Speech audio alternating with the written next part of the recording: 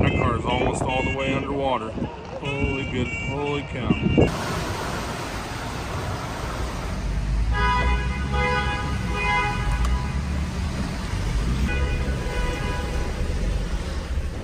In Fort Lauderdale, look how much water is on the tarmac. Look at that car is creating a wake of water because there's so much water on the tarmac.